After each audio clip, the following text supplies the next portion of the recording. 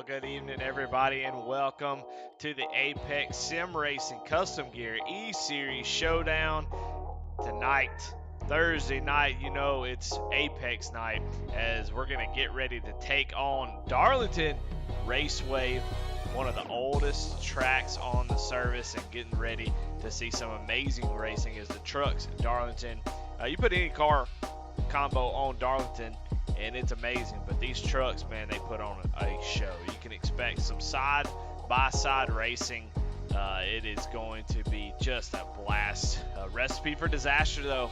Got to be careful. It's a tough track to tame, as the name says. Apex Sim Racing Custom Gear. I want to thank our sponsors tonight, as definitely appreciate them. Go check them out. ApexSimRacing.com. Go check out what they got, man. They got a lot of good stuff. Old Jimmy over there does a good job. We're glad to have be a part of that, and sure would appreciate y'all go support Jimmy. Put the word out there. You hear somebody talking about needing something, needing a button, a switch, all kinds of different connectors, some add-ons to your rig. Go check them out. Tonight, 132 laps here at Darlington Raceway. That is a long time. Got a 32-lap stage. The top 5 will get the points for that, and so kind of talk a little bit about points at the moment, as I try to get this pulled up, and we'll talk. Got a little bit of time before qualifying is over, and see where everybody's. We'll get a point standings thing, but right now we'll just talk about it as we get ready for the race. Just a couple minutes left. Currently, right now, Chris Bedwell sitting out front on the point standings with a great season so far. 8 starts with 5 top 5s. But still got that goose egg in the win column, so I know he's looking to get that, change that tonight, and I expect to see him up front most of the night. I mean, 5 top 5s in 8 races, that's the best out of anybody. So Chris Bedwell is your points leader. Charles Stevens Jr. is second in points. He was leading up until last week. Daniel Holcroft holding steady in third. Chris McLean in fourth. Kip Easley in fifth. And, of course, Chris McLean and Kip Easley with those wins, 1 each. So those guys already locked into the playoffs. I had to say good thing. Garrett Kinder, 2 wins on the season. He is kicking butt, and he sits 6th in points. He's going to be racing tonight, I believe. I can't imagine we have Darlington and not see Garrett Kinder. Dana Shepard sitting 7th in points. Josh Lokovitz in 8th. George Williams in 9th, and Chuck Feltz rounding out the top 10. And we got a lot of guys on the outside looking in who would love to get into the points. Aaron Adcock with that lead, he sits 14th in points, or with that win, sits 14th in points. Of course, Chris Carroll with 3 wins, he's got the most out of anybody, but only making 4 races so far. So don't know if he's going to make the required 75% to make it into the playoffs, but we'll find out. We'll see. We'll see. He's doing Road to Pro, so we'll see if he ends up doing that.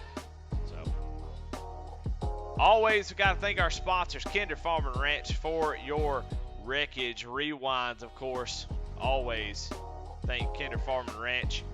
Want to thank Chuck Pegleg for the pole award, the starting grid by Low Cash Motorsports, jammed up award by Trigger Time. Hard Charger by Kyle Roberts, Handmade Leather, and then post-race show by Poman Motorsports. But qualifying is over. Let's jump into the grid and let's see where everybody's going to be starting tonight here. And we got to give out the Chuck Pegleg Pole Award winner. Who's it going to be? I'm excited to find out myself. And we see who's going to start on the pole for the race tonight. On pole, your Chuck Pegleg Pole Award winner is going to be Tracy Passons with a fantastic lap time. Starting second, going to be your points leader, Chris Bedwell.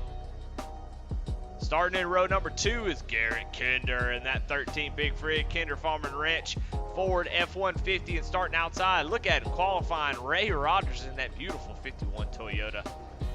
He's going to be outside row number 2. Row number 3 is Joseph Mahar and Alan Nash. Row number 4 is Aaron Adcock in that beautiful Hardee's 17 machine like that, and outside is the co-man number 5, Chris McLean. Starting 9th is Josh Lokovitz and George Williams, round out your top 10. Starting 11th, Kip Easley, Starting 12, Charles Stevens. Starting 13, Daniel Holcroft, Dana Shepard. 15th to 16th is Chuck Peg Leg Felts and Stephen Ayers Jr. with that Kevin Harvick throwback scheme. You got Lance Bomberg and Alan Smith. Got that little glow under that number 3 machine. Matt Rogers, Mike Presley. Starting 20th and bringing up the rear is Anthony Edgerton. Well, we got cars already on the track coming around to take the green flag. What are we expecting tonight? We're expecting some good, hard racing. We're going to have a stage at lap 32. And that was your Low Cash Motorsports. As green flag getting ready to come out here. Tracy Passon's going to lead us through the green flag.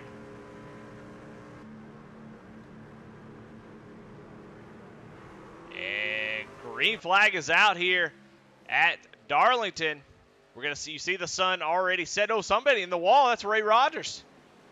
Ray Rogers gets on the wall. Oh, Chris McLean is getting sideways. We got a mess here in the start. Chris McLean going the wrong way. Got a little bit of damage. You see Ray Rogers have an issue on the start. And so drivers doing a great job of hanging on to it, but some guys with damage early. You see Josh Lokovitz down on the very, very bottom. Out front, though, it is still wide open. We'll talk about it a little bit. The track, you see the sun set, and the track gonna get a little bit cooler, as it should transition tonight before this thing is over with. So you can see that beautiful sun down the back straightaway as they go down into 3. So far, so good for Tracy Passons as he's able to get the early lead, but Garrett Kinder right there behind him, looking to track him down.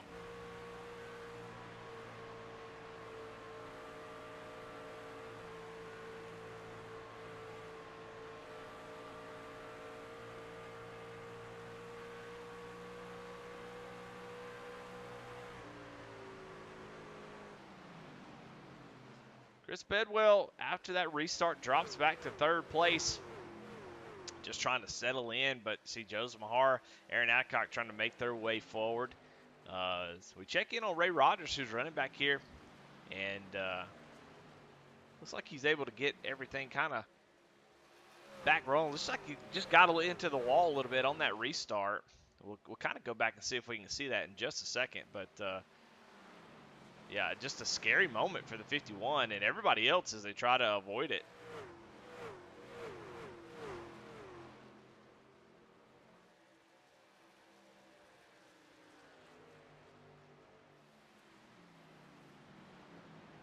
As we'll actually go back on the Kinder Farming Ranch Records Rewind and watch this replay as they're on board with Ray Rogers. See him just kind of flirting with that wall and just gets into it, and he gets it off the wall, and when he does, Chris McLean just, I don't know what happened to him. We'll back it up and just kind of see.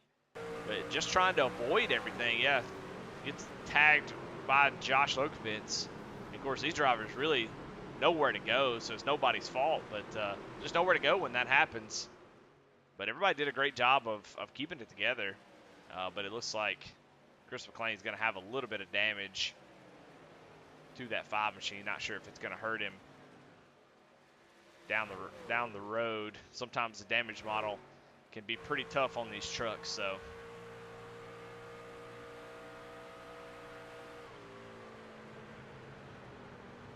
right now he's a little bit off the pace, so we'll keep, I mean, he's running, no, he just ran a 30.1, which is faster than everybody but Tracy Passons and Garrett Kinder. So I think that 5 truck's going to be okay. Got a lot of laps. It's better to have that happen early than late for sure. Of course, he's got that win.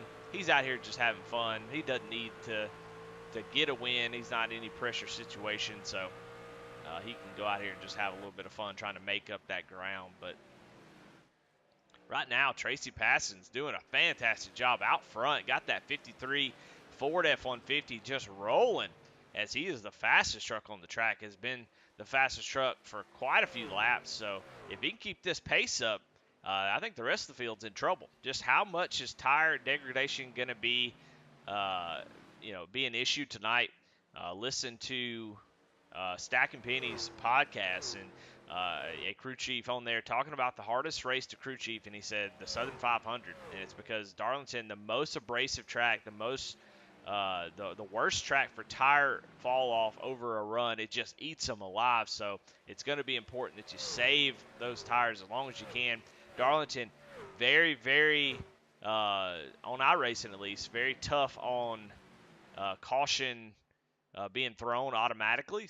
So if you get in trouble, you spin out, go down to the inside wall, there's likely not to be a caution. So these long runs are going to continue to be something to be paying attention to. It's going to matter how you take care of those tires.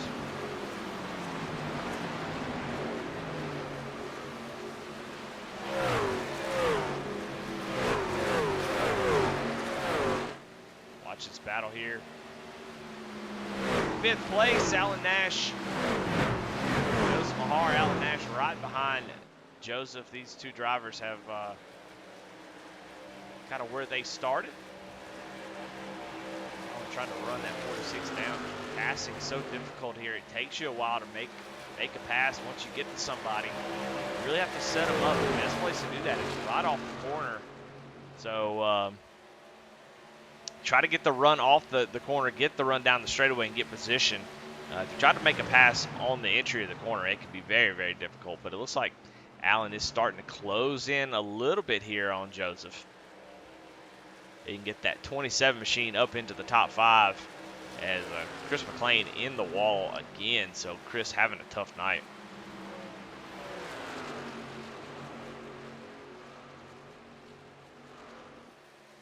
See the 27 trying to get a run. He tried to get a run down to the inside there. He's looking, not quite able to make it just yet. He is going to look down to the inside. This is a very tough corner to make that pass work. Mahar should be able to hold it on the outside. The outside here, very, very good as they come off a turn 4. Oh, they make contact. Oh, just a little bit of net code. That's unfortunate. It's been a lot of net code here lately that I've seen. But yeah, very unfortunate there is I don't really think they were even close to making contact, but iRacing said they did, and so you see a little crinkle in that 27. He has to fall back a little bit. But here he comes back at the 46. So Alan Nash not deterred at all by that little bit of damage. Now, sometimes the hard part about it, if you're Mahar, you know, Alan probably thinks he came down on him or made contact with him, maybe vice versa, but you don't really know until after the race. But these guys might think they made contact, so you might see the aggression level pick up here as Alan Nash going to look back down to the inside. You see Aaron Adcock looking to the inside of Chris Bedwell. Same place. You saw the 46 get a great run off the corner last time. Let's see how they do here. This time the 27 doing a little bit better. Starting to bring in Ray Rogers. Right here, I think the 27 will be able to take that position. So there you have it. Alan Nash up into the 5th position. Right in front of them, you saw Aaron Adcock go around Chris Bedwell, take over the 3rd place. So that number 17 Hardy's truck making some moves, up 4 spots from where he started. So Aaron Adcock doing a hell of a job early.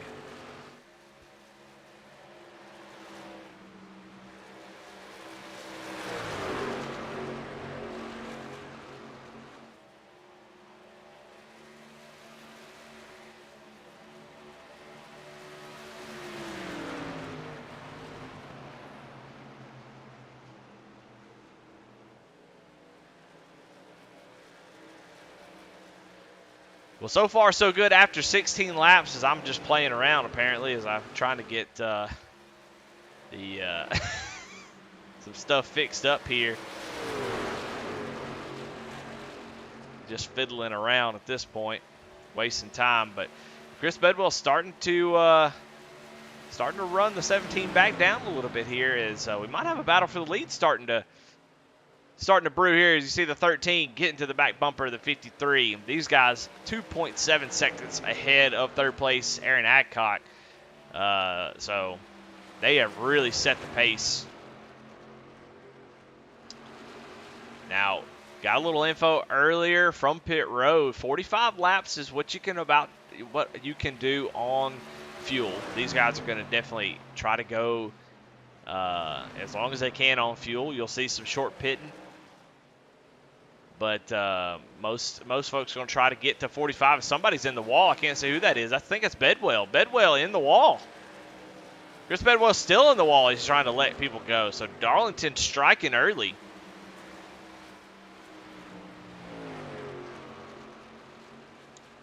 We'll watch down here in the Rebel Racing Network picture-in-picture what happened here. As he goes down into the corner on the high side, it's just going to right up in the middle as Alan Nash goes under him. He gets stuck to that wall, just can't get off. And he loses a ton of spots for that. So something to be paying attention to, especially in 3 and 4. 1 and 2, you really drive deep down in the corner, let it go up to the wall, and it does a great job. It just kind of gives you a big old hug into 1 and 2. 3 and 4, though, it is tight, especially the tires start to wear, and it will sometimes just want to go straight up to the wall in the middle of the corner. We'll keep an eye on the battle for the lead as we watch this battle, though, for 3rd place.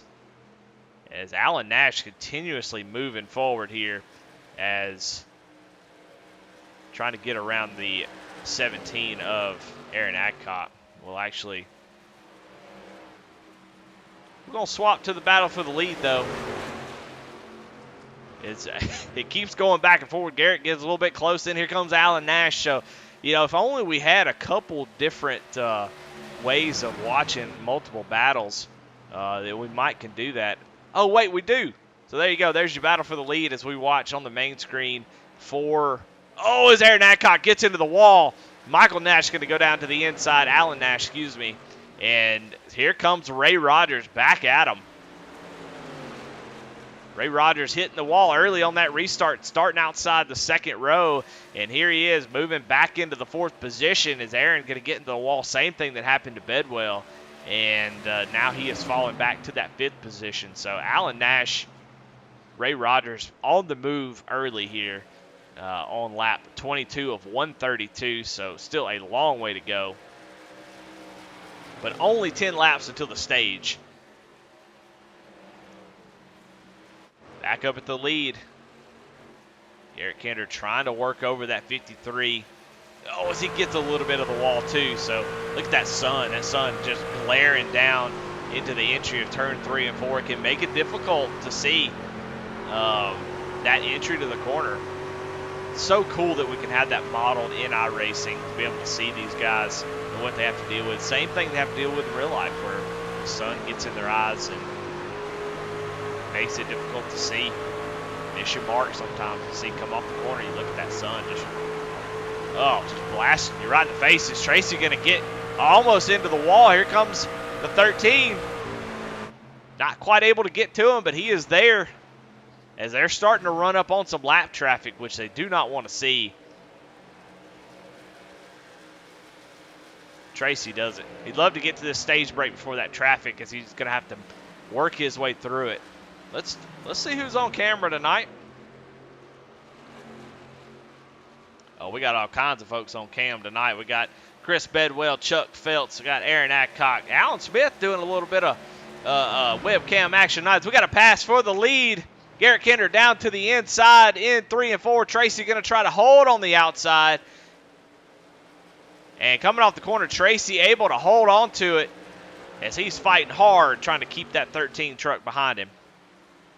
Garrett Kinder fighting hard. They're going to go to the inside. Oh, no! Matt Rogers going to get into the wall and hits the 53 on the right side. The leader in trouble.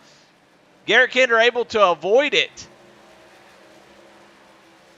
But the 53 going to get damaged there as Matt Rogers gets into the wall and comes down and slaps the right side of the 53. It's bad. It's bad when the Darlington stripe comes down and gets you.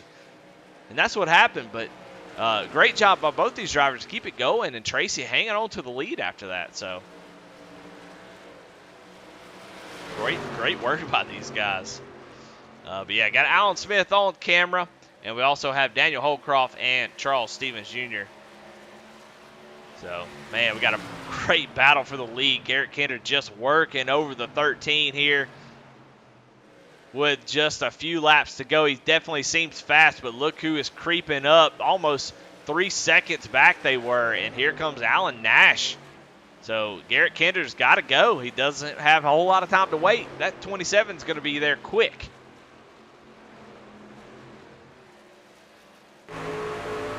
See right in front of him. Garrett Kinder going to look back down to the inside. No, he stays in line as they're still running up on lap traffic. This lap traffic does not want to go a lap down because the dang stage is coming up in just a few laps. So Lance Bomberg there in that Lowe's, he does not want to move over.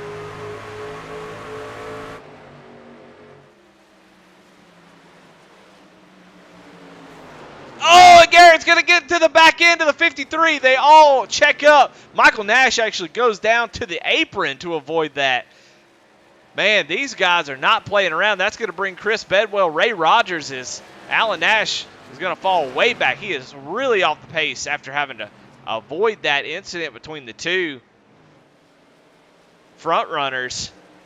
So, man, these guys getting wild as the 13 just gives the 53 a bumper.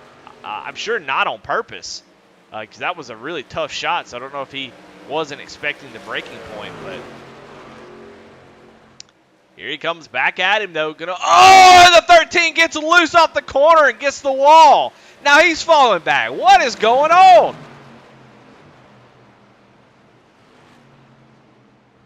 I tell you what's going on. These guys are driving these trucks like they stole them, and I love it. He's going to right hook Alan Nash. They're spinning down the front stretch right here at the stage. Alan Nash comes around, and 13 is spinning on the track. No caution yet. Alan Nash still sitting on the track, but no caution comes out. I talked about that earlier where Darlington not going to throw you a whole bunch of cautions. But Tracy Passon's got a run here. This should be for the stage. Chris Bedwell coming off the corner trying to get position. Ray Rogers right behind him. And caution is out. Whew. I need a breather. Good grief. So Tracy Passons is going to win the stage, and my goodness, it was a incredible stage. Scary, though. My goodness. Saw all kinds of drivers having trouble. Garrett Kinder going around taking out Alan Nash as he gets loose, hits the wall. And then we saw Tracy Passons getting the wall. Chris Bedwell getting the wall. So, yeah, might need to pull a driver up here and talk to him, see how it's going. Try to figure out what's going on with these guys. They seem to be struggling or having a blast. And sometimes you can do both. So, congratulations to Tracy Passons, your Stage 1 winner. So, we have 100 laps to go. Everybody going to come down pit road for sure. Fast repairs galore, I'm sure, as there's a lot of folks with damage. If you feel like you're still competitive, you might save that fast repair. But we'll see what everybody decides to do. If they come down pit road, Tracy Pass is going to lead it. Chris Bedwell sitting in second with Ray Rogers in third.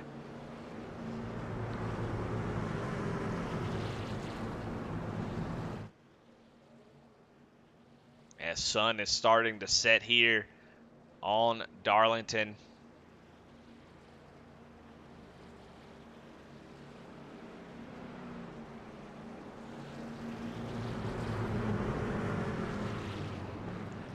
Guys are going to come down, check their tires, make sure the tire wear is where it wants to be. The guys are going to get some damage fixed. You see that 13 truck right there with a lot of damage. Looks like nobody's electing to take fast repairs up in the top 5. You'll see Ray Rogers going to be the first driver that takes his. So he felt like his was hurting pretty bad, even though he finished third there. So, yeah, interesting.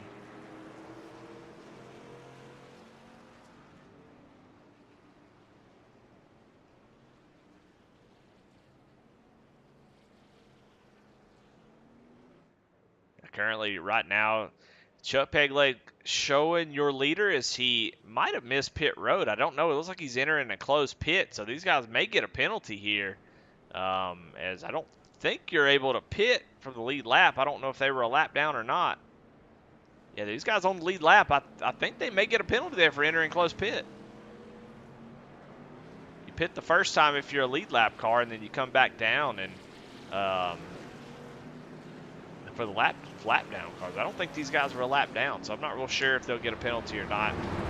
But that gives the lead back over to Tracy Passons. And those guys better hurry up, because we got lights out on the pace car. We're getting ready to go back green.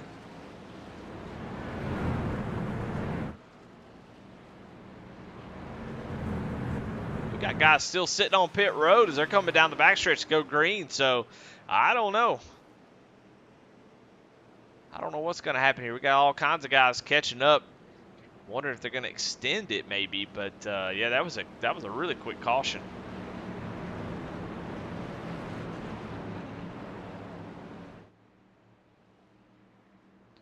But pace truck pulls off. We are going green. Yeah, we still got guys catching up to the field. But Tracy Passons led almost every lap. I'm pretty sure he led every single one. Did not take a fast repair, so he's still got a little bit of damage. But he's going to lead us down to the green flag here with less than 100 laps to go. Oh, they did extend the caution, so we aren't going to green here. They should pick up the pace car, and I'm worried about this. I am worried about this. I'm worried how this is going to affect the timing, as the pace truck had already pulled off. Hopefully we don't have any timing and scoring issues.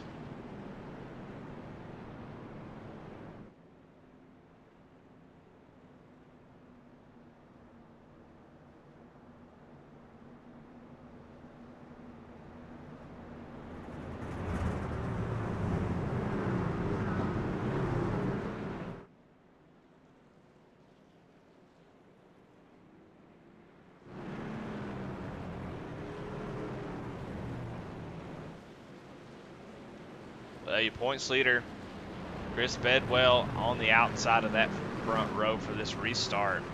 We already saw him get into the wall, and I don't know too many people that have not been in the wall yet. So got to keep your truck clean here at Darlington, and it looks like we're going to go green here this time around. Pace truck pulls off down the front straightaway as everybody's caught up now, and Tracy gives the deuces, and he heads on down into turn number 1, and he has got the lead. Now the battle is for second.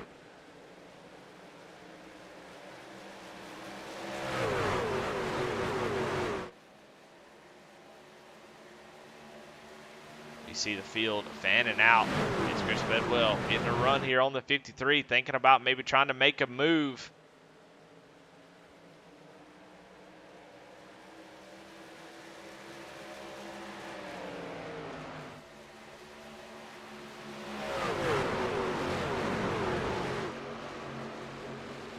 So far, so good. Got some drivers that need to be paying attention to, man. Kip Easley here in that number 8, Lucas Chevrolet. Man, he has moved up 6 spots from where he started. He is on the move. That 8 truck looking strong, and he is right on the back bumper of Joseph Mahar. So keep an eye out on that number 8 machine. He's looking really, really strong right now.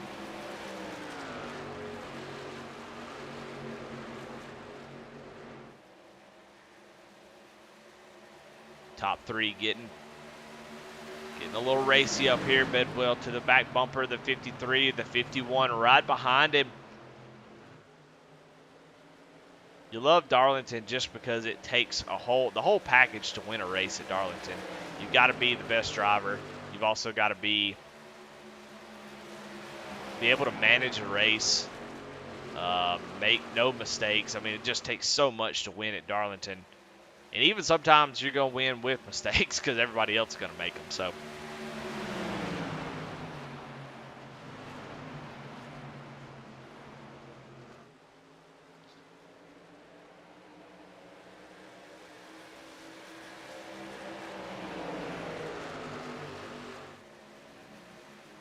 right now, Tracy's starting to pull away again. He did that already. Got out to an early lead on that short run, but as the run went on, you saw Garrett Kander start to run him down just a little bit.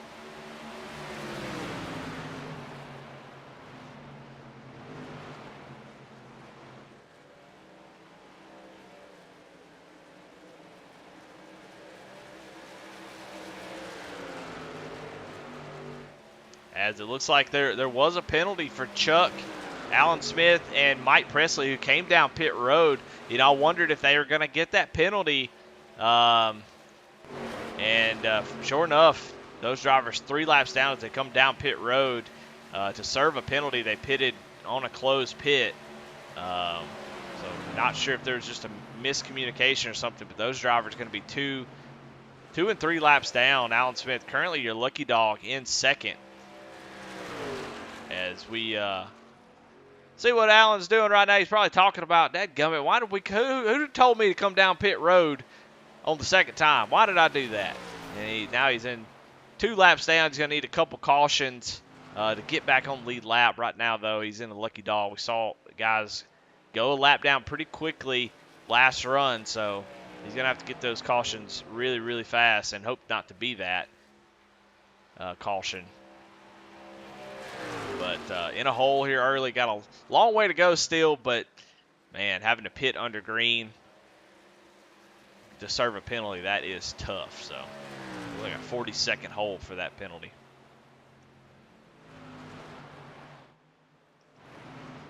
Up front, still no change. Tracy passes out front.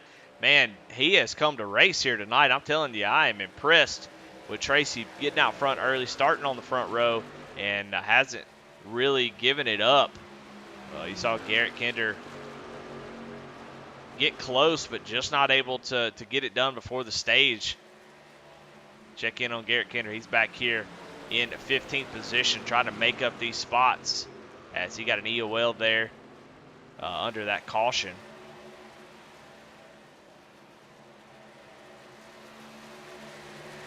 He's got a lot of work to do to get back to the front. Now, he can definitely do it, and that guy behind him, too, Chris McLean, can definitely get the same. Now, these guys, they don't have to worry. They got the win, so playoffs not really a concern for those guys. As long as they make the minimum races, they'll be fine. But if you're somebody like Chris Bedwell, if you're somebody down the point standings, you know, if you're somebody like George Williams, Chuck Phelps, Anthony Edgerton, you can't afford to, Alan Smith, you can't afford to have those mistakes. You got to stay mistake-free, get as many points you can get.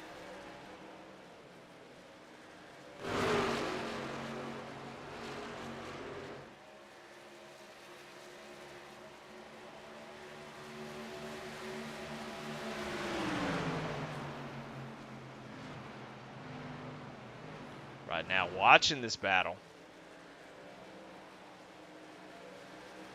This is a battle for third place.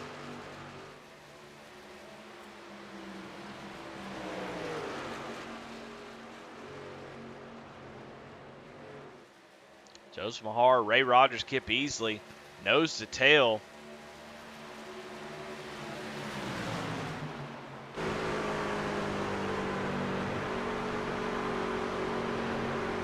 Kip's one of those drivers I'm expecting to see make a big run here. Maybe in this race, but definitely in the back half of this season. I think we got to be watching Kip. I don't know what it is. I just got a good feeling about him. He's already got that win, so he's already done a great job. But I think he's going to be a force to be reckoned with come to the end of the season. I don't know what it is. I just got this weird feeling that we're going to be talking a lot about Kip Easley. He's currently trying to get around the 51. He's got a lot of trucks in front of him. Seems to be running pretty quick. But really just know where to go. You have to set this pass up. Be a little patient. You can see the leader. If the leader's not getting away, you can kind of take it easy. You don't really have to worry. You start to see the leader start to pull away from this pack. And you see that sun just so brutal. See Kip running a little bit lower in 3 and 4. These guys running right up at the wall.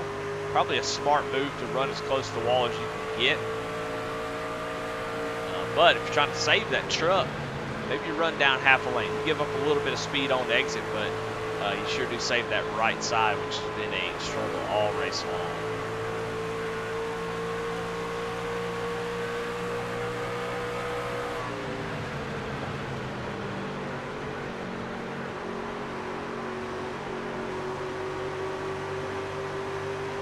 we'll check in on a couple drivers. This is sort of running single file. Daniel Holcroft and Charles Stevens Jr. It's like Holcroft in that 2 machine has got a bunch of damage to that bad boy. You can't even read the right side of that truck. See the front end all tore up. Same with Charles Stevens. So everybody is getting a little piece of Darlington tonight.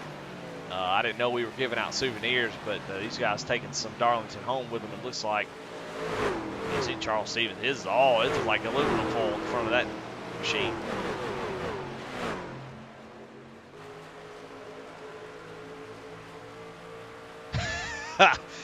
My man's been in some mess, let me tell you.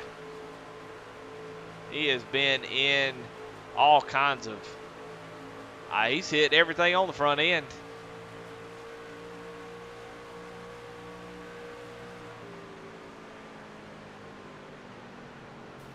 Oh, and he'll get in the wall again.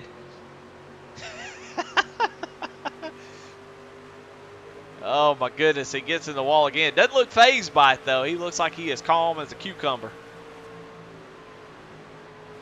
As long as she runs, and it looks like these trucks have been able to take a good bit of damage and not be too hurt. So, oh, and he'll get in the wall again. As the broadcaster curse, I think, is going to get him. And he's going to lose a ton of spots there as he took a couple real big hits.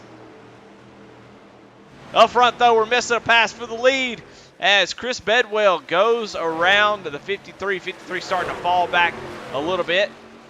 And we'll go back and watch that on the Kinder Farm and Ranch wreckage, well, it's not a wreckage rewind, but it'll be the Kinder Farm and Ranch rewind as we'll go back and watch that pass from the one. This is a replay. Gets a run down the front straightaway, looks down to the inside, and you don't really want to go too wide into one, and able to drive down on the apron, slide up and right in front of the 53. So, Bedwell, your points leader, takes over the lead on lap 56, and Tracy's starting to fall back. Tracy's going to get into the wall. He's going to lose a ton of spots. Oh, a contact as Kip Easley, Alan Nash make contact with Tracy Passage in the wall, and caution is out.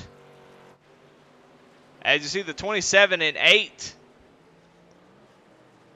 As I think that was another one of those netcode deals. I mean, I know these guys are fighting to get around the 53 as he gets up into the wall. Let's go back and look at the replay real quick as we can kind of see what happened. And you see they're able to dodge it just fine, but you'll see this netcode here as, yeah, I mean, just look. I mean, they weren't even close. Yeah, I mean, they were close, but you'll watch that blue truck right there. You see there's still a gap there, and even the contact, if they make contact, it'd been fine, but you see it just throws that 8 truck sideways, lifts him up off the ground, and unfortunately for Alan Nash, same deal. Look at that. The 27 wasn't even close to a truck. There was you could fit another vehicle in there.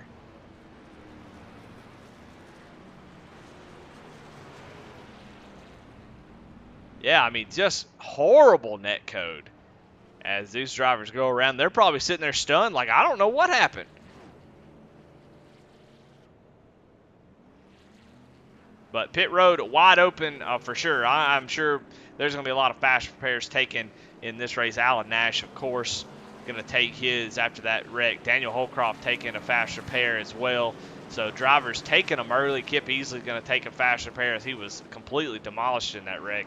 But yeah, just disappointing to see that, like, those drivers having good runs. And unfortunately, you know, there's sometimes where there's something you could do. There's something you can do differently to dodge a wreck or, you know, have some better avoidance. But in that situation, especially for Alan Nash, I mean, the 27 truck, it just was completely unlucky. I mean, he had the thing dodged, and iRacing, the netcode, just thought otherwise and sent him spinning. So, fortunately for him, he had already taken his fast repair earlier And so now he's got major damage he's going to have to run with. It's so heartbreaking. It's so frustrating when it's stuff out of your control. You know, if another driver hits you on the track, you know, that's frustrating. But then for it to be net code, something that just unrelated to anything on the track, it's just even worse. So now I believe Alan Smith should be your lucky dog recipient. For some reason, will not take me to the camera of him. Oh, is he sitting on pit road? Yeah.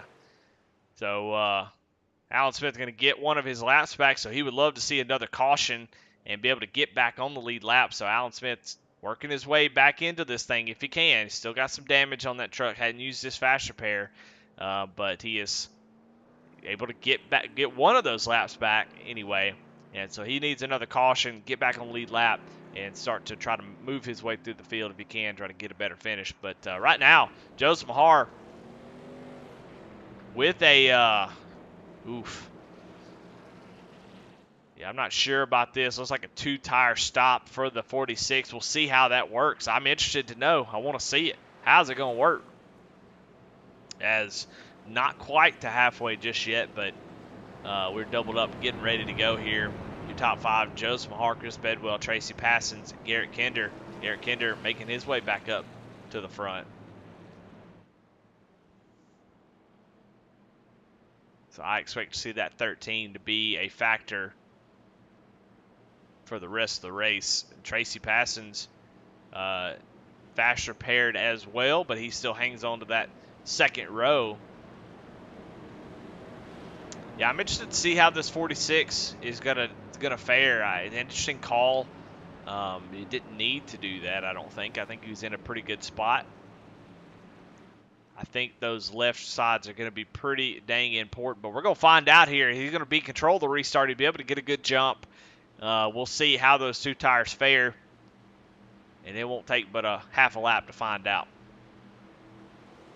Green flag is out. Mahar gets a really good jump. Going to go down into turn number 1. How will those left sides work? Go down into turn 1. So far, so good for the 46, although, that 95's all over him already. Oh, my goodness, the mirror is full, and I bet you that 46 not feeling confident about his decision already. I don't know if he was out of tires or what.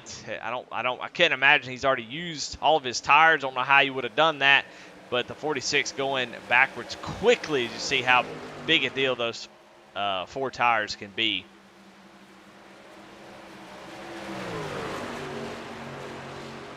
So don't exactly know why, but he is falling quickly as he's already, after a couple laps, back to 6th place. But Bedwell takes over the lead spot. Tracy Passons, and you see Charles Stevens Jr., who we saw knock down the wall twice there on that last run. Watched it live. He is running in 4th now after all that.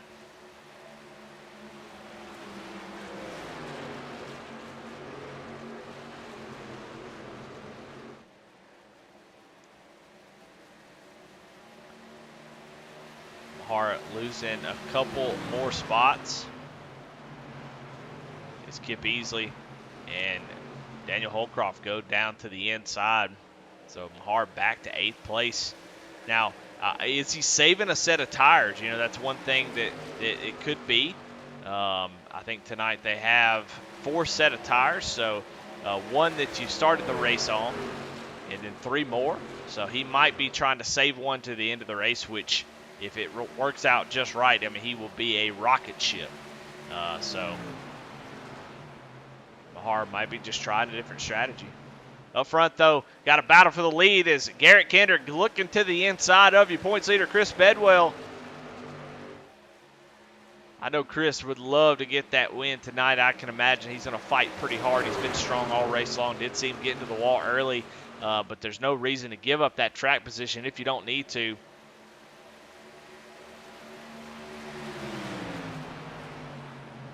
It's definitely not a wreckage rewind as we'll check out Chris as he is trying to hold off that 13 machine, who is, man, putting him through hell. He ain't letting him breathe at all. 13 going to get down to the inside. The 95 going to drive up the corner. The 13 not going to be able to use the whole track. So the 95 going to get the run off of 2. Oh, they sure are close. Come off the corner. Side by side for the lead here at Darlington. Sun's starting to set, but the racing's starting to pick up. As, man, we have got side by side for the lead for a whole lap. They are really laying into those tires. Now, these two drivers could save their tires even while they're racing. So you think, well, they're burning their stuff up. No, they're not. They can run this and still hang on to their tires as long as they don't do any kind of sliding or whatever. But still, side by side. Looks like the 13 going to be able to get him. And he does. So the 13 of Garrett Kinder takes over the lead here on lap 67. Here comes Tracy Passons. As, man, the racing is good right now. Chris Bedwell going to try to hold off the 53, get back in line, try to set his sights back on the 13. But I love to see this. We're nose to tail all the way back to 7th place. Looks like a dang draft track up here, as that battle for the lead really drew everybody in. Now, why does that happen? There's really not that much aero. But when you get side by side at Darlington, I mean, go on board with Tracy Passons here and watch. He's got to go into the entrance of the corner, go up to the top, go down to the bottom to come off the corner. And when you're not able to do that, when you're side by side like they are now, they're not able to use the whole track. And so you lose so much time to anybody that's able to enter in low, go up high, come off low. If you're side by side, you're not able to do that. You're just constantly scrubbing off extra speed. So, and another driver that is poking his head up into this race is that 79 machine. Oh, as Charles Stevens gets a little bit out of shape, going to fall back to the end of this little lead group. But Josh Lokovitz, man, up 5 spots from where he started, got that Darlington stripe on the side of that Chevrolet.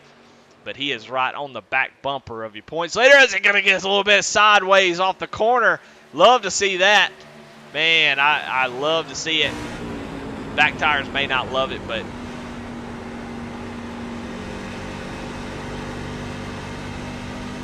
you got to get up here and give it all you got. You know you can't make it on fuel.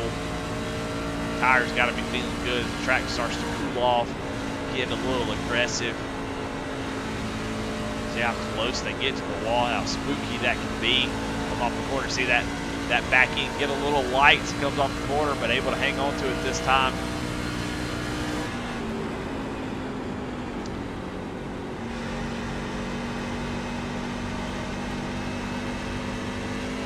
You see the distinct corners.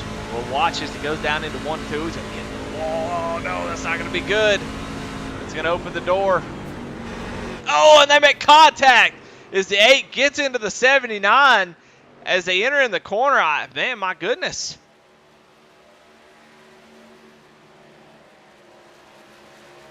Yeah, it looks like Lokovitz was in the wall. No, they didn't make contact. Lokovitz just got into the wall. As we'll watch here from Kip Easley's view on the picture-in-picture and see what happened. As they go down the corner, you see Lokovitz stuck on the wall, and he's going to go down the corner and then get into the wall again, come down, tap, and then go right back into the wall. So, sorry about that. I thought Kip maybe got into him, but Lokovitz just trying to get it put back together. He's going to fall all the way back to 7th place. Battle for the lead, though. Tracy Passons is tracked down the 13. Well, these two have been going at it all race long. I love it. They have separated themselves from the pack. Chris Bedwell hanging back there about 1.2 seconds back, but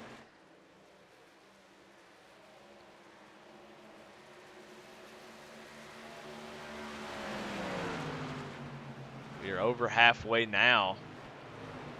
Quite a few laps over halfway, to be honest, but oh man, Garrett Kinder's going to get in the wall. That's going to open the door. Tracy Passons going to have a run. What's he going to do with it? Not going to be able to get him here.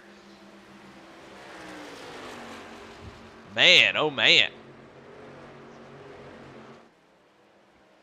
How quickly things can change here at Darlington. Just the way the track works.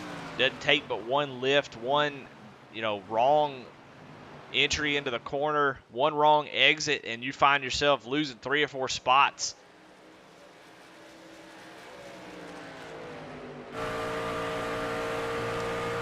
You see the sun is setting. You see the drive down to the corner. Get on the gas as soon as possible. Try to exit low to make sure you don't scrub any speed. 3 and 4 is so different. These corners are completely different. Enter in on the high side. Get on the brakes hard. You want to get slowed down because you don't want to get into the wall like the 13 almost did. Then you want to get back on the gas as soon as possible. Get the run off the corner. And you see Tracy has the run on the Big Frig 13 machine. Go down the corner off the gas, right back on the throttle. And try to run as high as you possibly can. Man, these guys, you can hear the tires squealing. They're not happy, but hey. Oh, right to the back bumper. Saw the 13 give the 53 a bump earlier. Is he going to return the favor? 53 not able to get off the corner as well there, as he kind of had to check up in the middle. That kind of hurt his run. You see Tracy really, really good in 1 and 2. Running that lower line, though, I don't know. Yeah, actually ran a little bit lower. Whoa! Got to be careful. That's why it's so important to go up to the wall and really arc that thing into 1 and 2. Run up high so you can get the run off the corner. You saw Tracy come off low. Almost had a disaster. Now both these drivers have no more faster pairs, so it's just like Tracy's a little apprehensive about being at the wall, but I think that's going to end up biting him. He's trying not to get into the wall by running a lane lower, but if he's not careful, it's going to throw him out to the wall at the exit. So if he ain't careful, he's already been flirting with it a couple times. You'll see what I mean. The 13's running right up against the wall, which gives him a better angle off. Let's see if the 53 can adjust. Hey, now he's running up there. Kind of fixing that problem. That's much better exit. You see the car just naturally comes off straight. Man, what a blast watching these guys drive this track. Darlington is so popular. I can't believe it. There was one point where this just had one date. I can't believe it.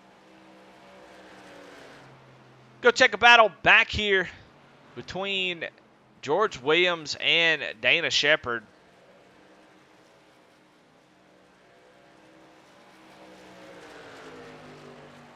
These two battling it out for 10th place. Oh, and then George is going to get to the wall. Man, the camera is killing folks tonight, as Dana Shepard going to be able to get around him. That battle did not take long at all, as George gets a little bit of that right side damage.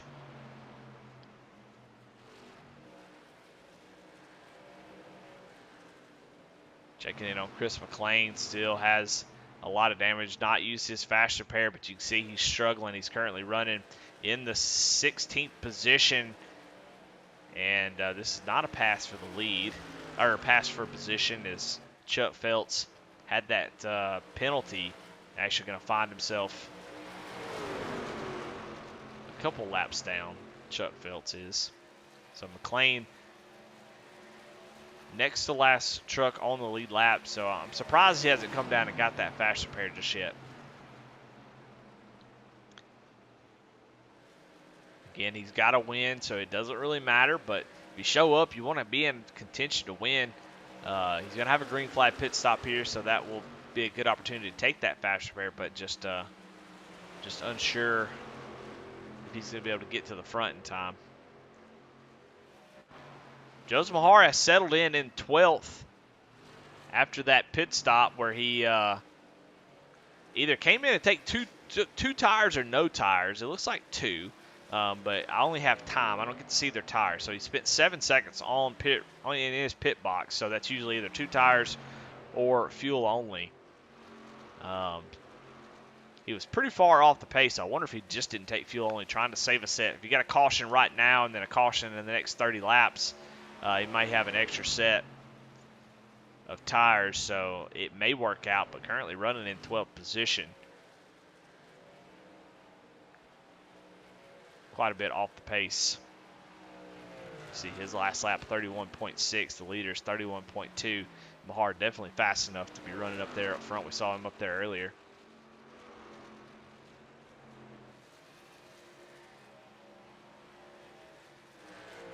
But as far as the race goes, it's sort of your top three pulling away. Then it's about 4 seconds back to Kip Easley in fourth.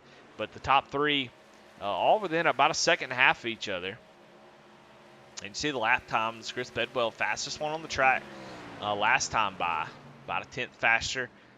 Tracy Passon starting to fall off a little bit. We've seen that out of Tracy so far tonight. He's been really, really good the first part of a run. And the second half, you can tell he is really starting to hurt that right front. And 95 is starting to catch him here pretty quickly. Another 2/10 faster Chris was last time by. Kevin Kinder in chat. How you feeling tonight, man? I know you out here. Your boy is leading the race, and so you got to be feeling good. Been a couple scares from out of the 13. So, oh my goodness, see the 53 getting loose off the corner there. But glad to have you in chat tonight, cheering Garrett on. So far, it's been a fantastic race. Now, Garrett Kinder going to be contended with lap traffic. Tony Edgerton going to go a lap down, which actually is not good for Alan Smith. Alan was the lucky dog, but now Tony would be the lucky dog if a caution came out. So Alan was hoping to see a caution before this happened. So now Alan Smith's going to need a wave around and a quick caution to get back in this thing. So going from bad to worse for the three after that penalty. Tracy passes getting to the wall again as he's going to the inside of Tony Edgerton. Wasn't that hard of a hit, but definitely enough to throw up some smoke. And that's going to allow Chris Bedwell to start to roll in a little bit closer.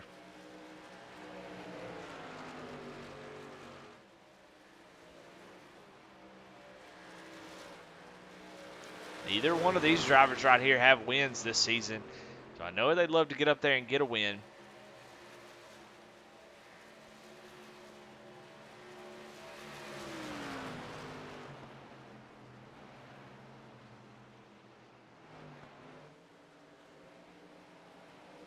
Tracy's had a tough season, man. 5 races, only 2 top 10s. So if he can keep it together, and I know he wants to get a win, and a win would be really, really nice for this 53 truck. Sometimes just good finishes can make a lot of difference. So know you want to get up there and win. I know that's why we show up, but sure does help every once in a while just to get that truck home in a good finishing position, get some good points, start to make up some ground, and throw you Hail Mary sometime at the end of the schedule. But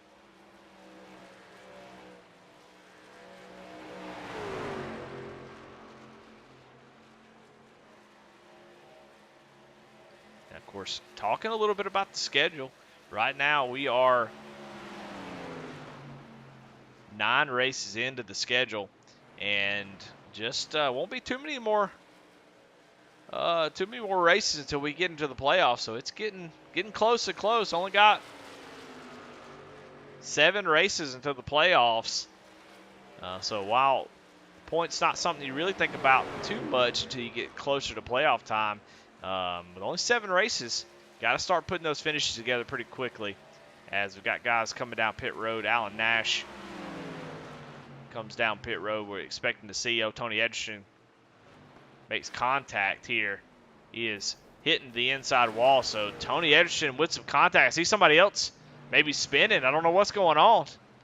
But it looks like Kip Easley at Tony Edgerton making contact. We'll see if we can go back and find what happened there.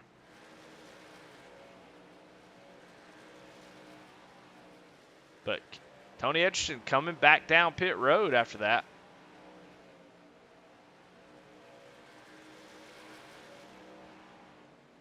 Check the replay here.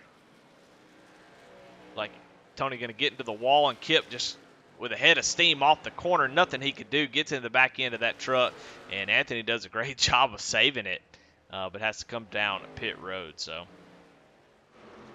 close call there, but another little bit of contact for that 8 machine. He had just taken his fast repair, so now he's got some front-end damage, but still running in 5th place. And speaking of that, we'll talk about people who have gained the most positions right now. Charles Stevens in that 4th position, that 88 truck. Seen him have some issues as well, but these guys overcoming issues, staying with it. And he is up 8 spots from where he started, which is really, really impressive here at Darlington. You can see it'd be very difficult to make up spots, make passes, but he's doing a dang good job of it right now. Running in 4th. Love to be able to make up a little bit of time, but he is about 5.2 seconds off the leader, 3.4 back from Chris Bedwell in 3rd ahead of him. So he's going to need to come on down pit road, maybe get a little short pit, try to make up some spots. But as Aaron Adcock going to go around the number 8 machine. So Aaron makes his way back into the top 5 after that disaster earlier.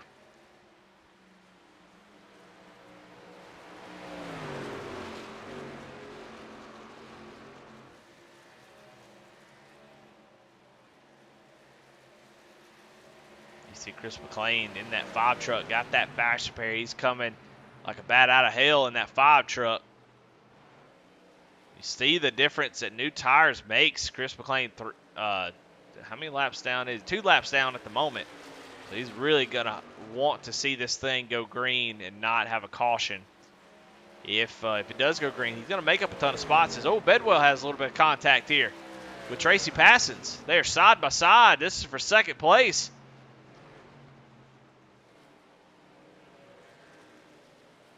As these two make a little bit of contact. It looks like Tracy gets into the wall off the corner, trying to push really hard to keep that keep the 95 behind him. You see Tracy going to get in the wall, and then the same thing that happened to Kip. Bedwell going to get into the back of the 53. As they're going to go around lap traffic of Stephen Ayers in that 62 machine. But Garrett Kinder is gone. He has a massive 3-second lead over 2nd place. And you see there on the left side of your screen how big the gaps are. I mean, 5th place is 10.5 seconds back. It's a driver's track, man. Gotta respect it. Here comes the 13 down pit road. Whoa, he tries to get woed up as Lance Sponberg coming down pit road as well. Garrett Kinder saying, you're going a little bit too slow for me. So here comes everybody down pit road. You do not want to stay out an extra lap if you're in the top 5, and all 4 drivers pit. Kip Easley going to stay out on track. I think you got to come on down. He may not have known they were coming down pit road right now, but every second that you don't come down pit road is going to be bad, as their best laps are 29.8, and last time by they're running like mid 32. So I'm talking about a huge difference in tires. And Garrett down on pit road along with everybody else. 4 tires and fuel. They made it down a really long and narrow pit road. Garrett Kinder going to win that battle as he comes off ahead of the other 2 drivers. Bedwell going to come out in 2nd. Tracy going to come out right behind him, so kind of hold steady. Dana Shepard in that 43 truck going to assume the lead. As here he comes down pit road for the final stop here tonight.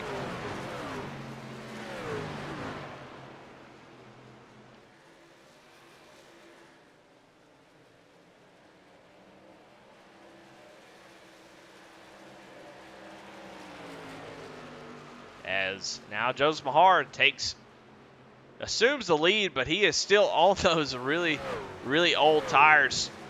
He didn't take tires the last time, or 2 tires, but this stint's been 45 laps. So Mahard doing a crazy strategy. I don't know. I'm so interested to see what he's trying to do I don't know if everybody else is out of tires and he still has another set left, but he may go a lap down here after he comes off pit road. That should give the lead once they come around and pass the 46. That should give the lead back to Garrett Kinder, who has a 3.4 second lead over Chris Bedwell.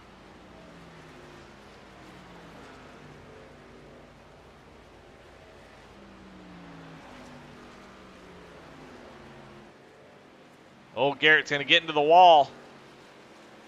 Don't want to do that with a nice lead like that.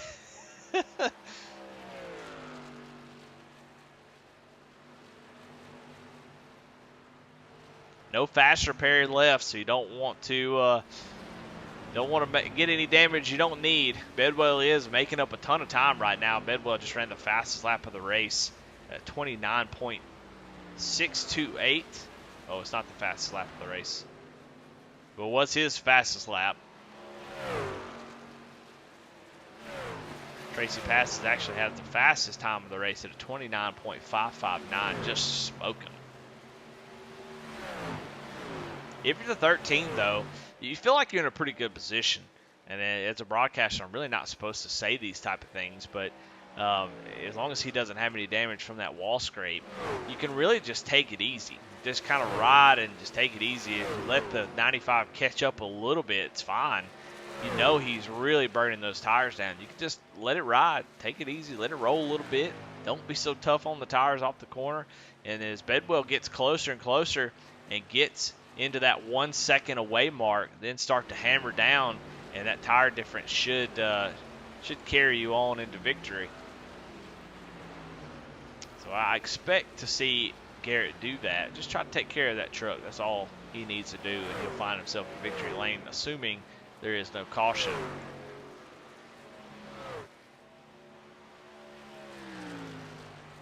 But I tell you, Bedwell is burning them down right now, trying to catch the 13 machine. He's done made up almost a second here.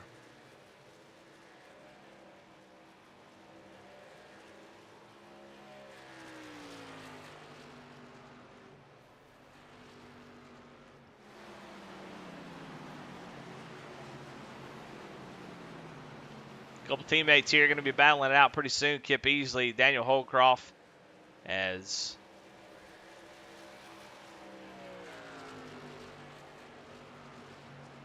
oh my goodness. And Garrett Kinder with some contact. And as I was watching that battle for the lead, I saw it pop up on the screen, but I didn't see what happened. Like there was some contact with the 13. Oh man, and we're going to check it on the replay here to see what happened. Looks like Anthony Edgerton right in front of the 13 is going to get into the wall. The 13 was in the corner, comes right down off the wall. And 13 has to check up for him, and here comes Chris Bedwell. Going to go to the outside and takes the lead. So that's something maybe I didn't account for, on something to be paying attention to and keeping up with, is somebody else getting in the wall. And so the 13 with a ton of damage and now is losing a ton of time to Chris Bedwell, as he is able to take advantage of that. And now the 95 with a massive lead. Garrett Kinder's falling back quickly as he's going to come down pit road. And that's probably going to be it for the 13, as that damage seems to be pretty bad, as he was not able. The last lap, it was about 2.5 seconds off the pace. So just a tough deal for Garrett Kinder. Just unreal for that to happen to the leader. We saw the leader get in trouble a couple times. There's just nothing he could do. You go down in the corner, somebody gets into the wall, and you are down in the corner already. And he was already in the entry of the corner, getting into the gas. You can't just slam on the brakes. It's not going to work. So just nowhere to go for the 13. So a good night turned bad, turned back good for the 13. He was in position, and then that wreck there, unfortunately, is going to be it. But Bedwell with that points lead would love to have a win just to go ahead and lock himself into the playoffs. And he is in a good position now. He's got a 4.7 second lead over Tracy Passons. So, assuming no caution, should be in a good spot. Let's go on board with Garrett Kinder one more time and watch that as we just watch how difficult it can be.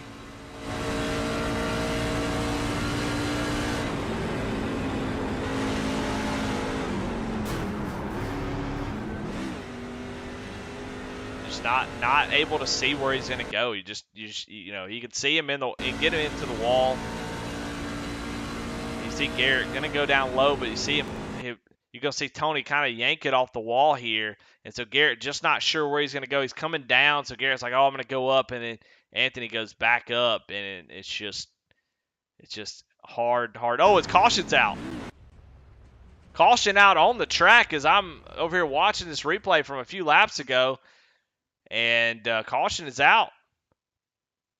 Trying to find out who it's for.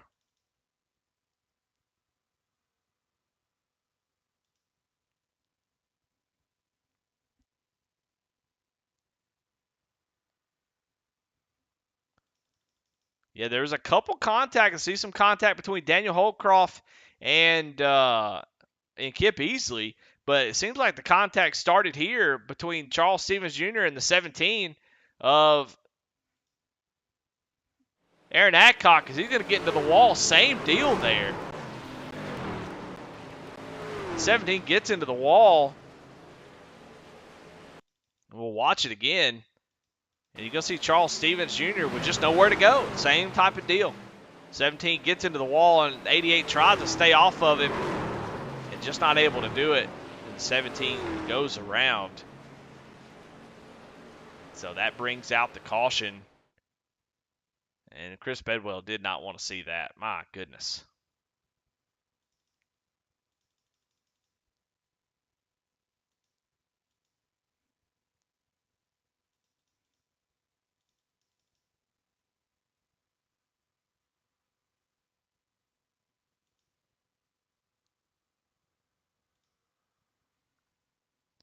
Go check out some contact here between two teammates, Kip Easley and Daniel Holcroft. And I think that's right before this caution came out. So it looks like that Michael Nash had to check up a little bit. Comes off the corner. Daniel was go down the inside. Maybe just some net code there. I don't see any contact. So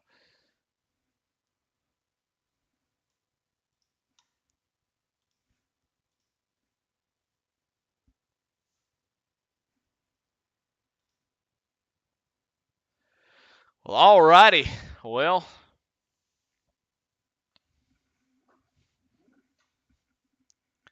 I didn't see anybody come down pit road. So if you had any tires left, now was the time to take them.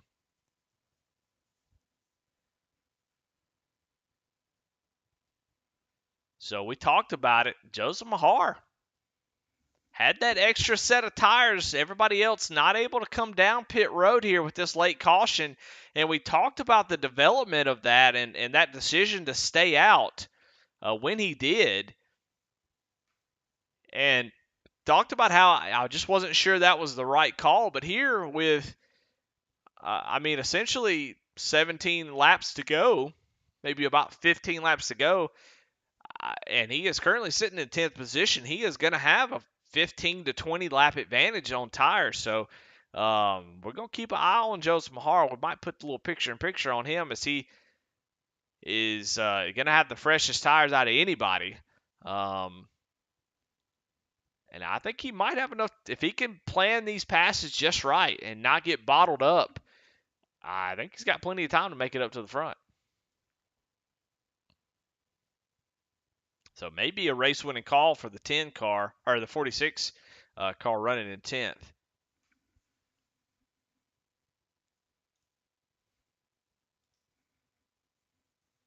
Right now, your leader, Chris Bedwell, was hoping to see that thing go green to the end, but didn't quite happen.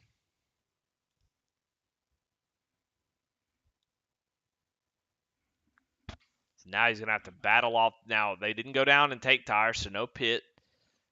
So he still had better tires, so he should be able to continue that trend. But we're going to throw a little picture-in-picture down here on the 46 of Joseph Mahar, who does have those fresh tires. I'm not sure if anybody else does, but I know he definitely does. So what's he going to be able to do with these tires? We'll watch. You know, it can be tough. It could be a bad thing. You know, you got the tire advantage, so you want to get it done in a couple laps, but put yourself in some bad positions, get caught up. These drivers are going to be really off the pace compared to you.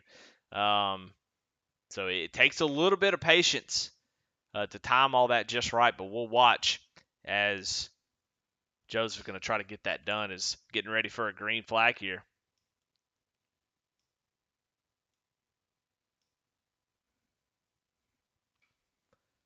And here we go. Chris Bedwell. Green flag is out. Inside line gets a great jump. Charles Stevens may have second place going into turn number 1, and he does.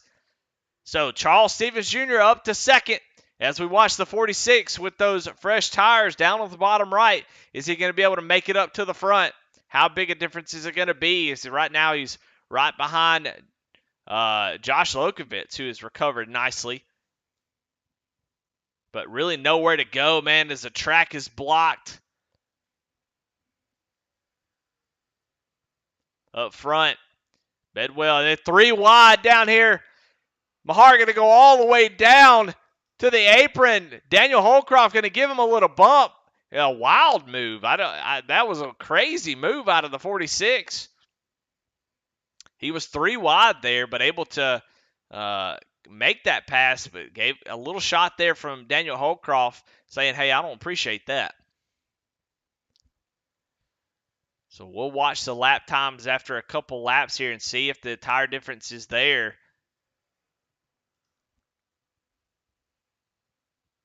So far, Mahar doesn't look just insanely faster than everybody else. As we have 11 laps to go here at Darlington. Chris Bedwell, your leader. Charles Stevens Jr. in second. Tracy Passons in third.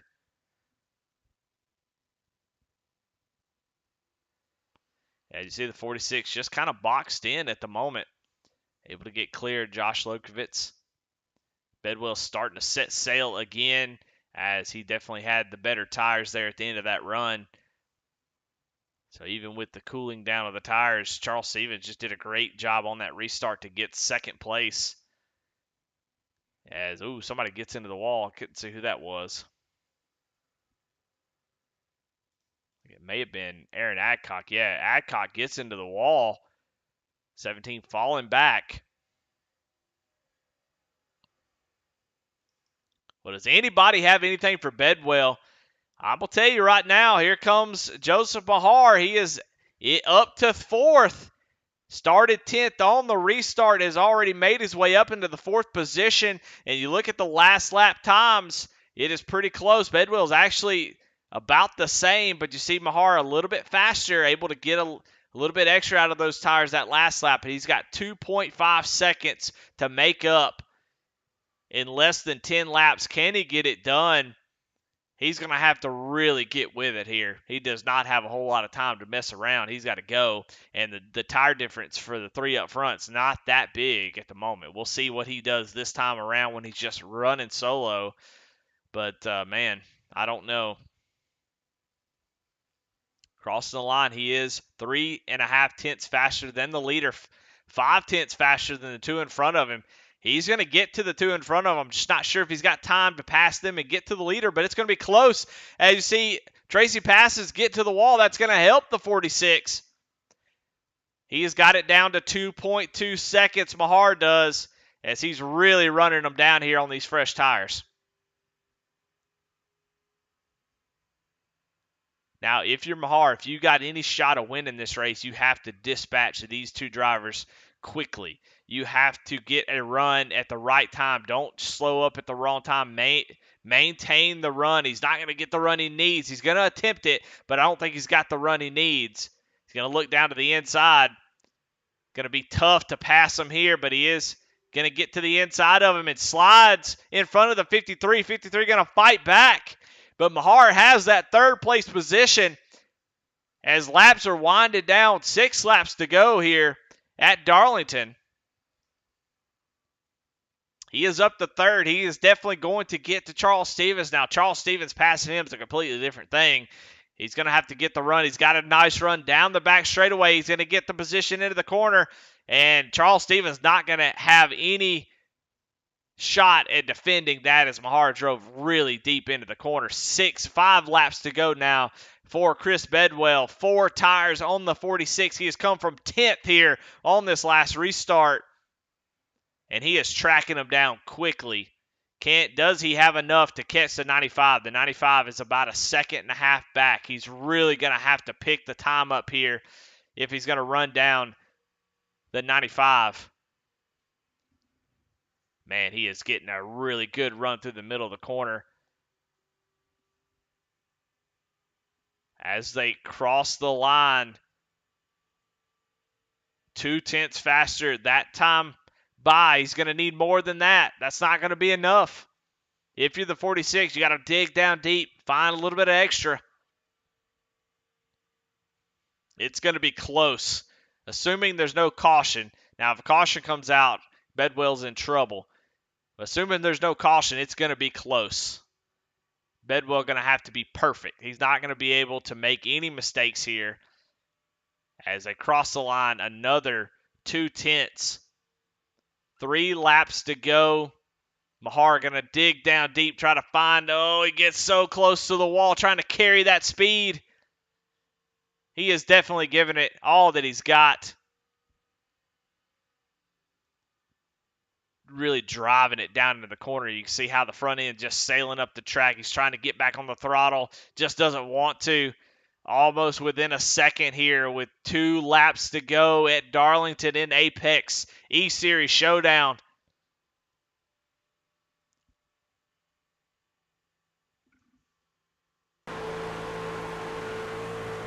Coming off of turn 2. 0.8 of a second now between these two. Mahar really giving it. That truck, you can see, is sideways all over the place. But starting to equalize. Well, actually 0.3 faster that last lap. White flag is out, though, for Chris Bedwell. He's just got to make 2 perfect turns. I don't think Mahar has got enough to get to that 95 machine. The 95 just got to be perfect. If he's perfect through 3 and 4, he has got this thing. His contact looks like Charles Stevens has had some sort of contact, but we'll stay here on the lead. Coming off of turn 4, flashbulbs going off. Chris Bedwell going to take the win here at Darlington and get his first win of the season. Punch his ticket to the playoff. Fought off a hard-charging Joseph Mahar and comes home with the win. Congratulations, Chris Bedwell. What a race. And what a race by him to get it done. Chris McLean comes home in 3rd. We were talking about Mahar, but McLean did the same strategy, it looked like, and come home with those tires. And McLean taking a terrible race. You see him drifted through turns 3 and 4. That's a damn good drift if I've ever seen one. And it comes home in 3rd. Let's go back and check the laps a few laps ago from that machine, as we'll see how he's able to get that 5 truck into the 3rd place. Let's watch a couple laps to go. You see there's a couple drivers right in front of him. Charles Stevens is going to be there. You see he is running what I think is 6th here with 2 laps to go. We'll watch on board with Chris McLean as he's able to come home with 3rd somehow. Let's see how it happened. Going to look down to the inside of Tracy as they go into the corner. Side by side, he's going to be able to take that position away from Tracy. Slides into the corner.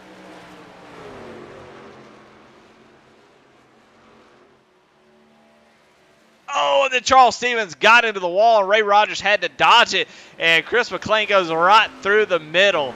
How about that? We'll back that up. I want to see that from his point of view. They come off the corner, and you're going to see oh man, the 88 gets into the wall, and it just opens up for Chris McLean, and he takes that third position and gets on the podium, takes a pretty terrible night, and just makes something great out of it.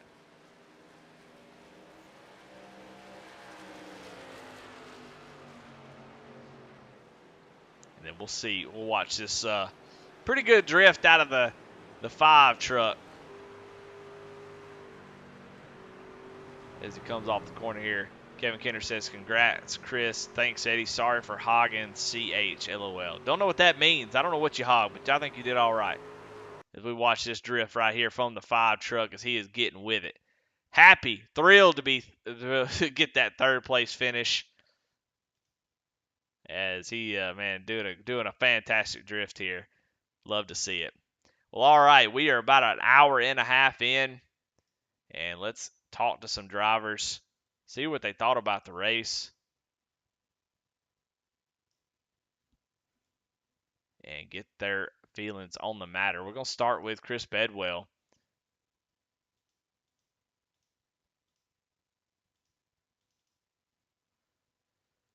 Maybe we'll start with Chris Bedwell. I'm not sure. Yes, we are. All right, let's get Bedwell in the chat and talk to him. Chris, this is Eddie in the booth. You got a copy? I got a copy. Man, congratulations. Whew, what a race. A wild one. I mean, you didn't know who was going to be there at the end. There's a lot of guys getting into the wall, a lot of guys having issues, faster pairs being used early, but you were up front the whole race and, able to kind of, you were kind of running second for a while, running third, kind of making your way through the field. Kinder would have issues. Tracy would have issues. You had issues, got into the wall. It was just a lot of coming and going up front.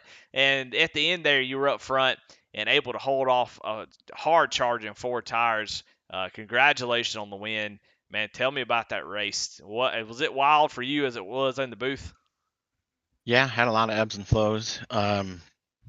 I mainly focused on long run, keeping the truck as clean as I could. Seemed like every time I hit the wall, somebody in front of me hit the wall, or I was in front and I hit the wall and somebody behind me hit the wall. It's like if you hit the wall, the truck behind you or in front of you is going to hit the wall too. It was going to happen. I just tried to race the racetrack. Those 2 guys, Tracy and Garrett, were definitely the fastest short run trucks. I think I was pretty good on the long run, and thought my green flag stop was pretty good, but then I don't know, I guess Garrett didn't take as much gas as I did or something, but he got out pretty quick. So he ended up with like a 4-second lead, and then I just pushed as hard as I could, and I was catching him, and then he got tangled up with a lapper. And then I was hoping, I don't want to win like that, so I was hoping he wasn't damaged, so I was going to wait up for him and we could race. But he came over the mic and said he was damaged. So, and then we had that caution, and I'm like, oh crap! I knew Mahar saved a set. I wasn't sure about McLean, but obviously he did too. So I just knew I had to run as fast as I could and hope that I had enough tire to make it to the end. And for once, it worked out, and I got the win. Well, man, points leader. I would say I think we would both agree this season didn't start out like you would hope. I think you were probably hoping for a stronger start, but it's not how you start; it's how you finish. And man, been able to get the points lead. You were the points leader after last week. Still hadn't gotten that win, and tonight able to get that off your shoulders. It's got to feel good. Got to give you that extra little bit of confidence, momentum, as we're only 7 races away from the playoffs. It seems like that 95 starting to show up, man, and be a strong contender every single week up front. How you feeling, man? How's the truck feeling? How you feeling navigating this season and getting towards the back half of this thing? Yeah, I'm a notorious slow starter. I just don't start well a season. I don't start a season very well. I have some good runs and bad runs. So I normally do better when I guess the season gets into the hotter weather. It started hot in practice and qualifying, and then the race was a completely different track. It was colder, and then it just got eventually more and more grip and colder throughout the night. So I think hopefully, I know Aaron tries to mimic the schedule and the weather as close as he can. So hopefully we get some hot tracks, and I tend to do quite a bit better on those. So maybe that's it. And the hot slick tracks suit me better than the cold gripped up tracks do. Well, man, congratulations! Showed a lot of mettle tonight. Able to hang on and get yourself back up into contention after getting to the wall, and man, able to hold all four tires at the end. Very, very impressive. So congratulations on your first win of the season, punching that ticket for sure into the playoffs. It's going to continue to be the points leader after this race. And man, as always, who you got to thank any sponsor shout outs? Thank everybody in the league and Aaron for running it. The rest of the team, George, Dana, and Tony. Hopefully after tonight, some things get brought up in some meetings, and we can go from there. I know it wasn't intentional on the lap car, and but to everybody else, just appreciate racing with you every week. This is a really fun night, and appreciate racing with my teammates every week. It's always fun. And I guess that's about it. Well, there you have it. Your first win of the season, and your winner tonight here at Darlington, Chris Bedwell, as he takes home the win. Let's bring in second place, Joseph Mahar, who was able to bring that 46 truck home in second place. Joseph, 80 in the booth, you got a copy? Yeah, I got you, man. Well, man, exciting way to finish the race. I questioned you. I'm not gonna lie. When you didn't take those tires on that restart, I was like, man, he's gonna get freight trained, and was like, man, I don't know if saving set of tires is gonna be the right call. I'm just not sure. And dadgummit, if you didn't make a genius call, as there with just a few handful of laps left to go, able to drive from 10th all the way to second. You were almost to the back bumper of that 95.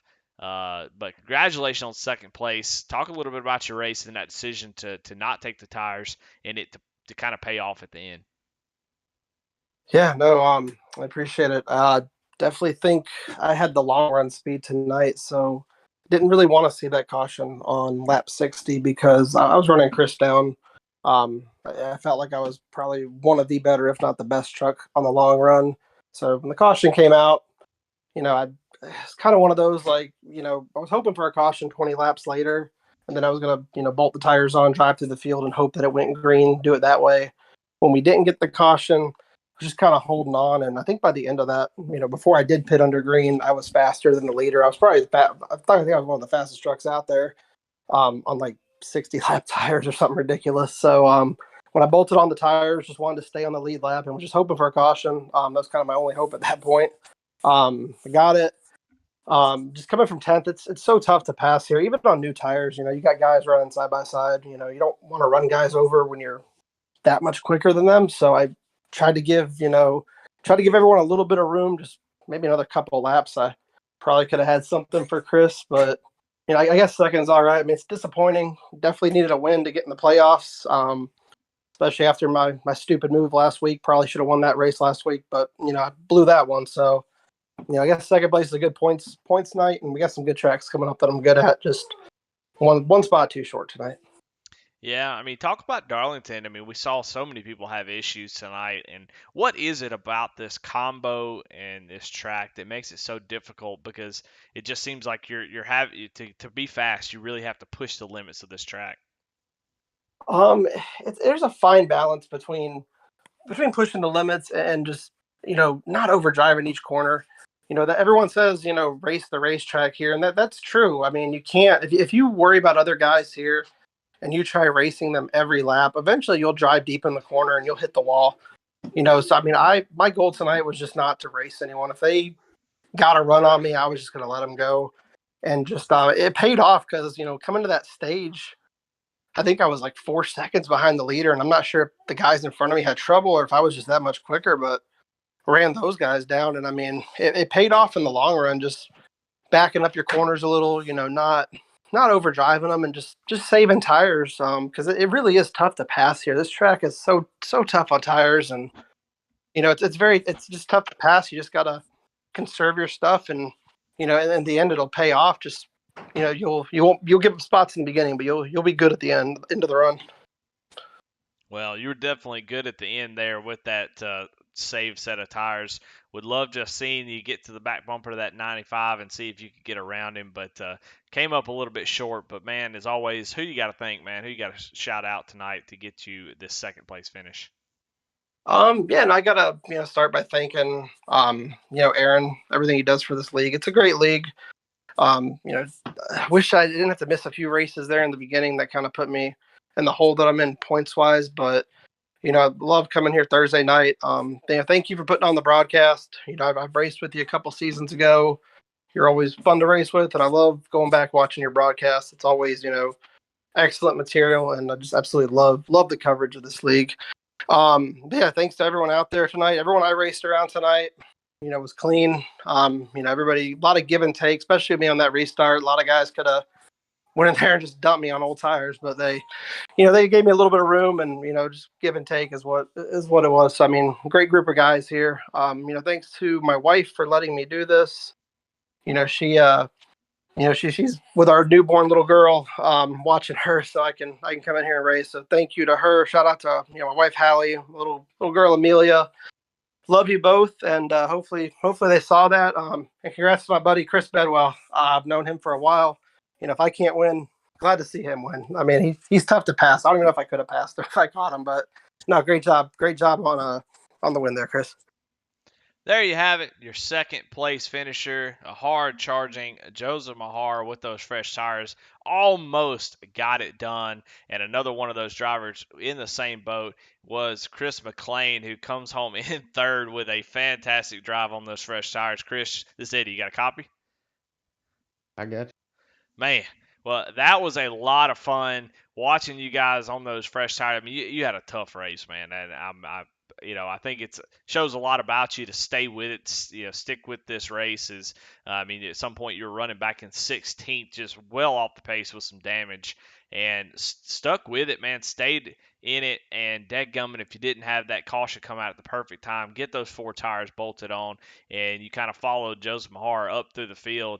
And man, the seas parted there on the last lap when Charles Stevens gets into the wall. You're able to go through the middle and sneak in there for third place, man. Congratulations. Talk about your race.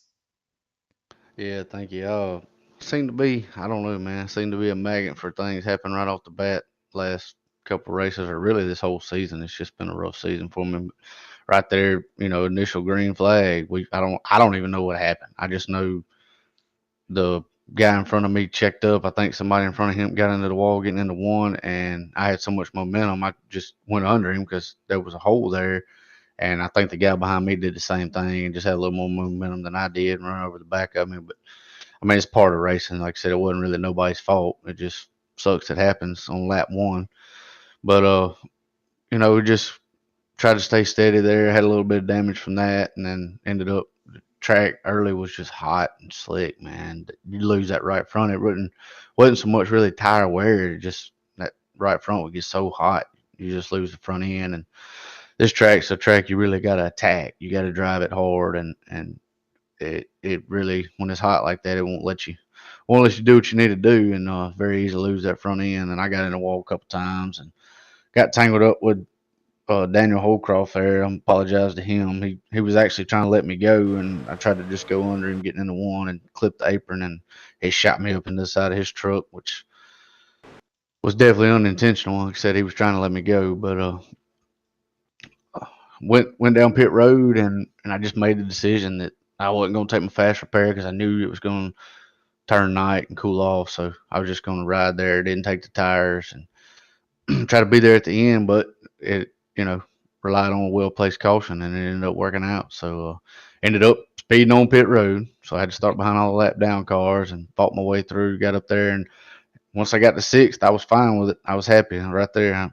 last lap, and then Ray and Charles got into it, or Charles got in the wall, and Ray was dodging him and parted the seas. So I never lifted. I just drove right to him. Man, that's a good feeling when that happens.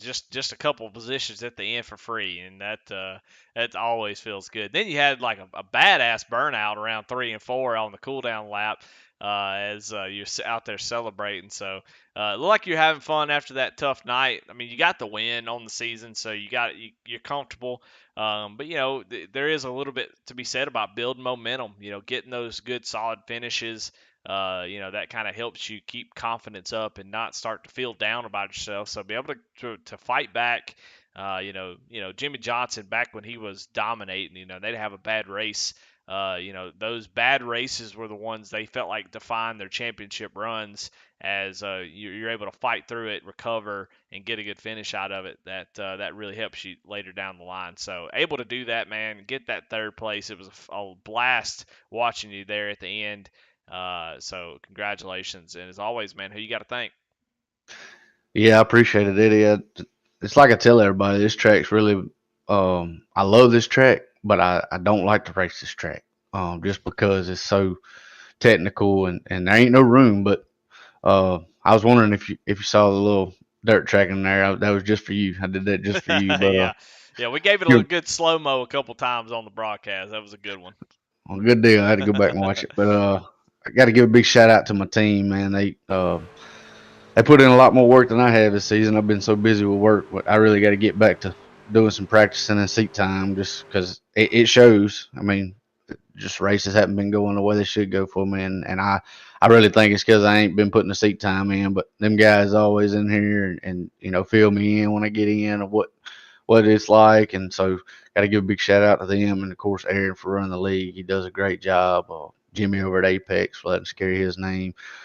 Big shout out to you for doing the broadcast. You do a great job. I always enjoy going back and watching it and seeing where I could have improved and things that maybe could have done better. And of course, some dirt track and slide jobs around there when I get on the podium. Hell yeah, come on. Well, congratulations, Chris McLean, third place finish, and locked into the playoffs already, but that third place helps a bunch, so congratulations. Appreciate it, buddy. Well, there you have it. Third place, Chris McLean, and that going to wrap it up for us tonight. We do have some awards. Of course, that was the Po-Man Motorsports post-race interviews, and so definitely want to appreciate them. We got a couple awards to give out. The Hard Charger Award. Who's that going to go to? Well, let's find out. We'll all find out together. Positions gained in the race. Charles Stevens, even after hitting the wall there, Charles Stevens Jr. is going to win the Hard Charger Award tonight, presented by Kyle Roberts Handmade Leather. As far as we got the Trigger Time Jammed Up Award, I don't think there's any.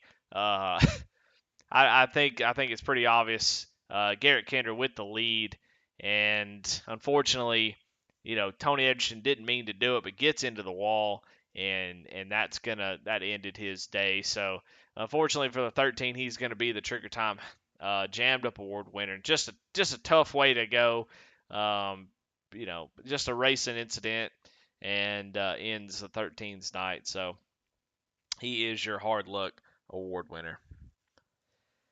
Well, that is it for me, man. Always a blast. Hope y'all enjoyed that broadcast. I know I did.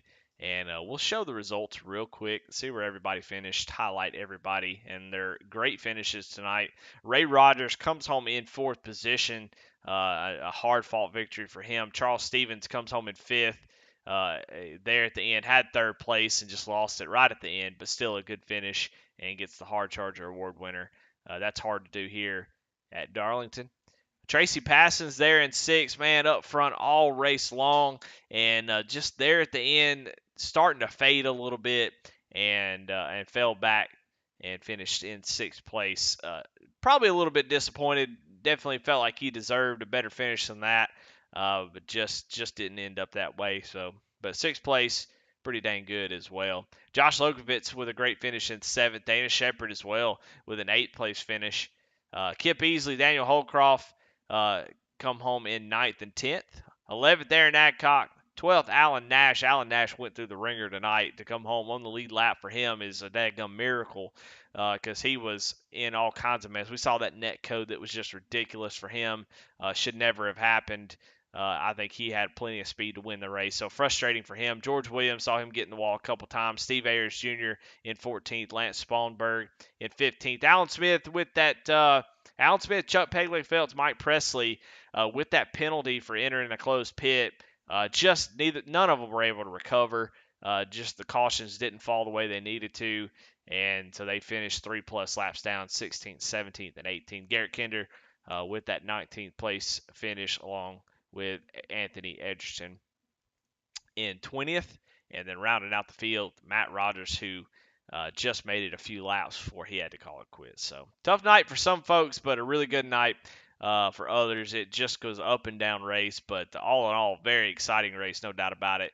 I hope definitely enjoyed that. So point standings have been updated. Of course, Chris Bedwell with that win is going to propel him into the points lead, and we'll get some points to show on the screen at some point. But Charles Stevens going to hold steady there in second place. Chris McLean going to jump up to that third place position. Daniel Holcroft in fourth, and Kip Easley holds on to the fifth place in points. So I want to thank all the sponsors, as always, Kinder Farmer Ranch for the Wreckage Rewinds, Chuck Pegleg Felts, Low Cash Motorsports, Apex, of course, Trigger Time, Kyle Roberts Handmade Leather, all of our sponsors who support this series, and of course all you people that watch, all the drivers who put on a good show. They're the real they're the show. So they're the ones who the broadcast depends on. Anything that I put out there, doesn't matter if they don't do a great job, and every week they do a fantastic job. So just big props to the drivers. A little tough night as far as contact, and Darlington always going to be like that, but they still put on a heck of a show. So congratulations again to Chris Bedwell getting that win, punching the ticket to the playoffs, and it's going to be fun as we move through the schedule. So all right, y'all. I'm out of here. We're going to head out. Next week, we are going to... Where are we going, dadgummit? We're going to North Wilkesboro on the 18th of May. So, skipping next week. We'll be off next week and come back for Trucks at North Wilkesboro. Wow, that's going to be a lot of fun. So, definitely come back for that. Then we'll hit Charlotte. And then we go Worldwide Tech, Nashville, Mid-Ohio. Ooh, good grief. And then Pocono and Richmond to round out the regular season and set the playoff field. And then we go to crown a champion into the playoffs. Well, all right, guys. I'm Eddie Smith, Rebel Racing Network. Hope y'all enjoyed it. And we will talk to y'all next. Again, we'll see you in 2 weeks. Come back by on Friday night, tomorrow night, for some original Rebels racing, ARCA and Grand National. And then Sunday for the Rebels Truck Series. All right, guys. I'm Eddie. See y'all later.